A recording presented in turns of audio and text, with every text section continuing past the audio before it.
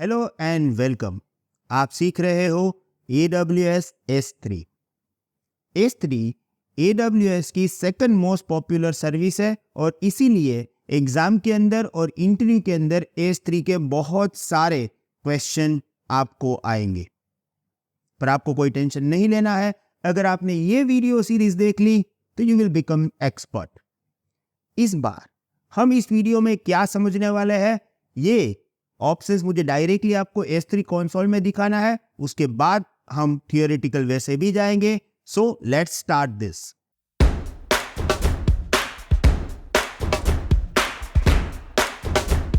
Okay, right now I am going to share my screen और मैं अभी AWS S3 console में हूं। S3 कंसोल में मैंने ऑलरेडी एक बकेट फॉक्स बकेट बना के रखा है। मैं इस बकेट में जाके अपनी कोई इंपॉर्टेंट फाइल जो है उसको अपलोड करने वाला हूं। तो यहां से मैंने क्लिक किया अपलोड और यहां पे मेरे पास ऑप्शन है ऐड फाइल्स। कोई भी एक फाइल को चूज करके मैं करूंगा ओपन। अब ये फाइल अपलोड होगा, पर उससे पहले यहां पे हमें स्टोरेज क्लास चूज करना है। Standard intelligent tiering, standard infrequent access, one zone infrequent, ये सब हमने ऑलरेडी देख लिया है। इस वीडियो में हम मेनली ये तीन glacier instant retrieval, glacier flexible retrieval and glacier deep archive के बारे में बात करेंगे।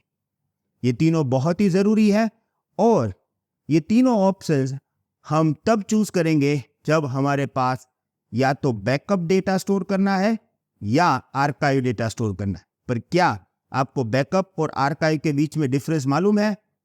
अगर मालूम है तो बहुत ही इजी समझ में आएगा, नहीं मालूम है तो मैं समझा देता हूं। सबसे पहले ये तीनों स्टोरेज क्लास का यूज केस कॉमन है कि ये आप बैकअप और आर्काइव के लिए, आर्काइव डेटा के लिए यूज करोगे। तो पहले समझ लेते हैं बैकअप और आर्काइव के बारे में, उसके बाद हम आगे स्टेप बाय स्टेप जाएंगे। So let's go to the white board. Right now you are learning archive and backup storage class. तीन है जो हमने ऑलरेडी AWS कंसोल में देखा। पर ये archive and backup storage class में आर्काइव और बैकअप का मतलब क्या है वो पहले मैं आपको समझा दूं। तो यहां पे मेरे पास एक टेबल है। इस टेबल के अंदर आप देखोगे ये बैकअप स्टोरेज के लिए है और ये आर्काइव स्टोरेज के लिए। दोनों का प्राइमरी गोल अलग अलग है। अगर आप बैकअप का प्राइमरी गोल देखोगे तो यह है डिजास्टर रिकवरी और आर्काइव का है लॉन्ग टर्म डेटा प्रिजर्वेशन। मैं आपको इसका एक एग्जांपल देता हूं। देखिए, जो डेटा आप करंटली यूज कर रहे हो, जो आपके लिए बहुत ही इंपॉर्टेंट है और आपके बिजनेस को इंपैक्ट करता है, उस डेटा की आप मल्टीपल कॉपी स्टोर करोगे डिफरेंट लोकेशन पे और उसको हम बोलते हैं बैकअप। मैं आपको एक एग्जांपल देता हूं। जैसे अगर मेरा कोई एक बिजनेस है और मेरे जितने कस्टमर्स हैं, उस कस्टमर का नाम, एड्रेस, ईमेल एड्रेस, ये सब डेटा मेरे लिए बहुत इंपॉर्टेंट पार्ट है। दूसरी बात, किस यूजर्स ने कितना ऑर्डर दिया है, उसे कितने पैसे लेने हैं, किस कंपनी को पैसे देने हैं, ये सब डिटेल जो है वो आपको बिजनेस रन करने में बहुत ही इंपॉर्टेंट डिटेल है।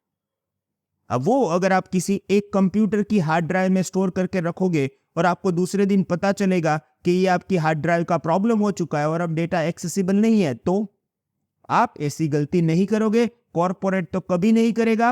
वो क्या करेगा, उस पर्टिकुलर डेटा की मल्टीपल कॉपी अलग अलग जगह पे, अलग अलग ड्राइव पे स्टोर करके रख देगा। बैंकिंग में तो इवन रूल है कि आपको ऑफसाइट बैकअप रखना पड़ेगा। आप अपनी बिल्डिंग में एक कॉपी रखोगे और दूसरी कॉपी सिटी के बाहर रख दोगे, जिसके कारण क्या होगा, अगर आपके सिटी में डिजास्टर हो जाए तो भी आपका डेटा वहां पे सेफ रहेगा। और ये एक एग्जांपल है बैकअप का, यानी कि बैकअप स्टोरेज का। दूसरा पार्ट है, हम उसको बोलते हैं आर्काइव। इसका गोल अलग है। जैसे आपके पास किसी कंपनी ने जो भी सामान वगैरह खरीदा है, उसका जो भी आप इनवॉइस है उसको 5 साल 10 साल तक अपने कंप्यूटर में स्टोर करके रखते हो according to the compliance requirement. Insurance policy में रूल है कि भाई इंश्योरेंस कंपनी को 10 साल 15 साल जो भी उसके कस्टमर्स हैं उनका डेटा स्टोर करना पड़ेगा।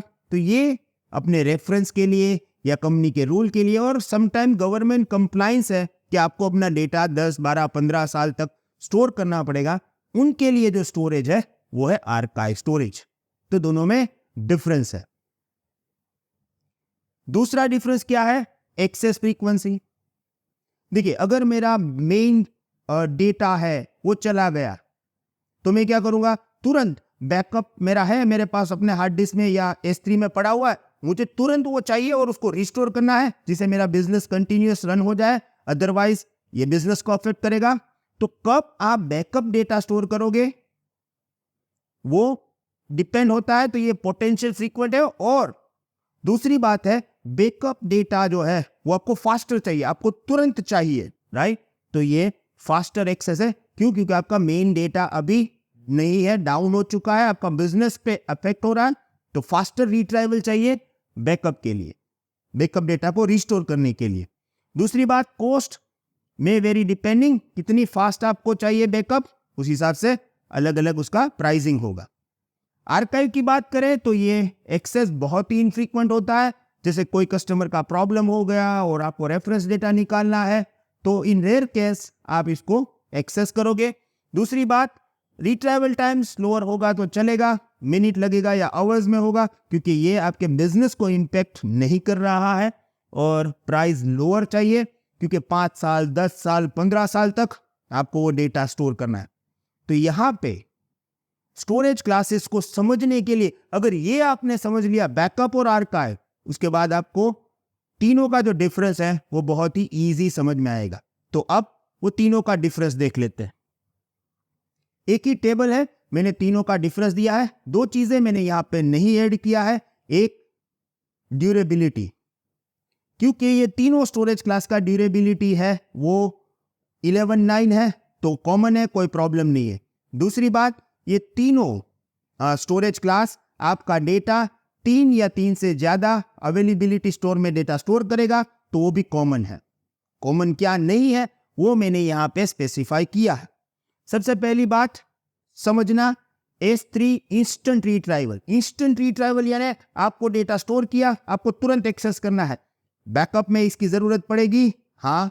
अगर आपके पास आर्काइव डेटा है तो इसकी जरूरत नहीं है, क्योंकि हमने डिफरेंस सीख लिया है, ये आपको समझ में इजीली आ जाएगा। तो बैकअप डेटा जिसमें आपको इंस्टेंट रिट्राइवल चाहिए, इसके लिए S3 ग्लेशियर इंस्टेंट रिट्राइवल है। Long live data that is access few times per year with the instant retrieval, right? आपको डेटा जब चाहिए तब आपको वेट नहीं करना है, आपको अपना डेटा रिट्राइवल मिली सेकंड में मिलेगा। ऑफ कोर्स 99% अवेलेबिलिटी है। अगर आपने इसमें कोई भी फाइल स्टोर कर दी तो 90 डेज तक आपको स्टोर करना पड़ेगा। फायदा यहां पे क्या है वो बहुत ही इंपॉर्टेंट पार्ट है। Save 68% on a storage cost compare to S3 standard infrequent. S3 standard infrequent में भी आपको मिली सेकंड रिट्राइवल मिलता है, पर यहां पे एडवांटेज क्या है? S3 स्टैंडर्ड इनफ्रीक्वेंट से आपको 68% कम पैसे देने। हाँ, पर एक्सेस कब करते हो ध्यान में रखना पड़ेगा। When your data is access once per quarter आप एक बार एक्सेस करोगे, अच्छी तरह से वो पूरी स्टोरेज सिस्टम को समझोगे, तो आपको पता चलेगा कि आप 68% मनी अपनी कंपनी के लिए बचा सकते हो। पहला जो स्टोरेज क्लास हमारा है ग्लेशियर इंस्टेंट रिट्राइवल, समझ लो ये किसके लिए है? बैकअप डेटा के लिए है फॉर श्योर। दूसरा स्टोरेज क्लास जो हमारे पास है हम उसको बोलते हैं S3 ग्लेशियर फ्लेक्सिबल रिट्राइवल। अब ये है ना दोनों के लिए है, इसके लिए for a backup and archive both, ये दोनों के लिए कंफर्टेबल है। ओके, रेयरली एक्सेस डेटा तो होगा और लो कॉस्ट स्टोरेज तो है ही। अगर हम बात करें availability 99.9% and 90 days is a minimum lock in period. अब देखिए यहां पे क्वेश्चन ये आता है कि एक डेटा हमें इंस्टेंट एक्सेस करना है, एक डेटा के लिए we can wait for 3 to 4 hours, कोई प्रॉब्लम नहीं है क्योंकि वो आर्काइव है। ये दोनों में फिट कैसे होता है S3 ग्लेशियर फ्लेक्सिबल रिट्राइवल? तो ये यहां पे जब आप इसका रिट्राइवल ऑप्शन समझोगे तो पता चलेगा। एक तो सबसे पहला इसका जो डिफॉल्ट रिट्राइवल ऑप्शन है वो क्या है? स्टैंडर्ड है। स्टैंडर्ड का मतलब क्या है? अगर आपको अपना डेटा रिट्राइव करना है and if you can wait for 3 to 5 hours, कोई प्रॉब्लम नहीं है, आपको कोई चार्ज भी नहीं लगेगा। 3 to 5 आवर्स में वो बाय डिफॉल्ट आपका डेटा जो है वो रिट्राइव करने देगा। ये अगर आप इसके अंदर आर्काइव स्टोरेज या आर्काइव डेटा स्टोर कर रहे हो तो बेस्ट है। दूसरी बात, अगर आपके पास डेटा बल्क में है तो 5 to 12 आवर्स इसके एक बल्क रिट्राइवल ऑप्शन भी है। पर आप बोलोगे भाई मैंने तो बैकअप डेटा स्टोर किया है, मुझे तो इंस्टेंट रिट्राइवल चाहिए, तो आप एक्स्ट्रा पैसा देके, keep this in mind, extra payment करके एक्सपीडिएट रिट्राइवल करोगे तो आपको अपना डेटा 1 to 5 मिनट्स में मिल जाएगा। तो देखो है ना, दोनों के लिए फ्लेक्सिबल। अगर आपने बैकअप डेटा स्टोर किया है और रिट्राइवल के लिए जल्दी है तो एक्सपीडिएट में जाओ, ये ऑप्शन इन लोगों ने यहाँ पे दिया है। और अगर आपने आर्काइव डेटा स्टोर किया है तो 3 to 5 आवर्स में आपको डेटा मिलेगा। अगर हम इसके प्राइसिंग की बात करें तो up to 10% lower cost than S3 glacier instant retrieval, इससे तो 10% कम है। For archive data that is access 1 to 2 time per year. कब आप एक्सेस करते हो इस पे इसका मेन प्राइसिंग है। तो देखिए पहला ऑप्शन हमारे पास था किसके लिए? Backup data. दूसरा ऑप्शन हमारे पास था बैकअप एंड आर्काइव के लिए। तीसरा जो हमारे पास ऑप्शन है वो किसके लिए है? Specifically for archive data. Archive data that is very rarely access and very low cost, क्योंकि आर्काइव डेटा 5 साल 10 साल लॉन्ग टर्म पे स्टोर करना है और डेटा बल्क में होता है, तो इसके लिए हमें बहुत ही लोएस्ट कॉस्ट स्टोरेज चाहिए। अगर हम बात करें availability 99.9 180 days minimum lock in, और यहां पे मेन डिफरेंस है जो आपको समझना है। देखिए यहां पे स्टैंडर्ड रिट्राइवल में कितना आवर्स था? 3.5। यहां पे कितना है? 12 to 48 आवर्स। बल्क रिट्राइवल में 12 to 48 आवर्स। तो देखिए ये जो टाइमिंग है ये बहुत ही ज्यादा है, और स्पेसिफिकली उन्होंने बनाया किस लिए है? उन्होंने बनाया ही इसको आर्काइव डेटा के लिए है, तो ये टाइमिंग कोई प्रॉब्लम नहीं है। पर एक चीज जो आपको याद रखनी है, जो मेन डिफरेंस है between our glacier flexible retrieval and glacier deep archive, यहां पे ग्लेशियर डीप आर्काइव के अंदर आपको एक्सपीडिएटेड रिट्राइवल नहीं मिलेगा। यानी अगर आपने डेटा S3 डीप आर्काइव में स्टोर किया है और आप बोलोगे पैसे ले लो, मुझे मेरा डेटा तुरंत दे दो, नहीं आएगा। स्टैंडर्ड टाइम पे तक आपको वेट करना पड़ेगा।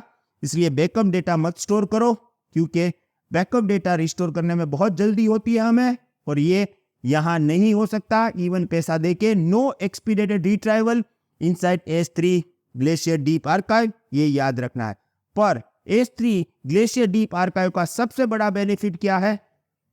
Provide the most cost effective storage for rarely access data, और ये कौन सा है? आर्काइव डेटा ही है। तो ये थे डिफरेंसेस। आई होप ये समझ में आ गया होगा। अगर आप इसको अच्छी तरह से प्रॉपर वे से समझोगे तो आपको एग्जाम में याद भी नहीं रखना पड़ेगा, और आंसर आप तुरंत दे सकते हो, क्योंकि क्वेश्चंस जो है वो बहुत ही लॉजिकल होते हैं। इसके लिए फाउंडेशन अंडरस्टैंडिंग होना बहुत जरूरी है, और इसीलिए हमने उसी प्रकार से ये वीडियो बनाया। Thank you very much. See you in the next video. Have a nice day. Good bye.